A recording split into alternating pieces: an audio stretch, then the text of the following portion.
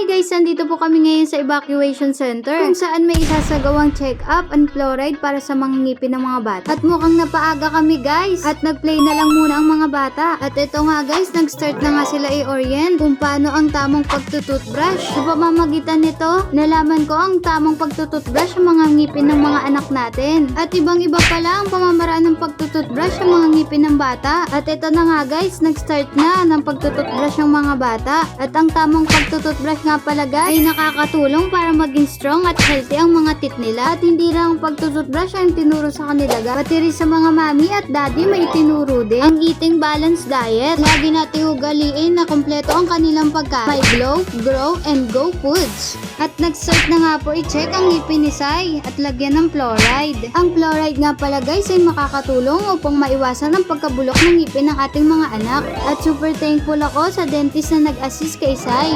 At hindi nga lang pala si Sai guys, maging si Tintin ay nalagyan din ng fluoride sa kanyang ngipin. Kaya super thank you po sa dentist na nag-assist sa evacuation center at ganoon na rin po kay Ma'am Evelyn.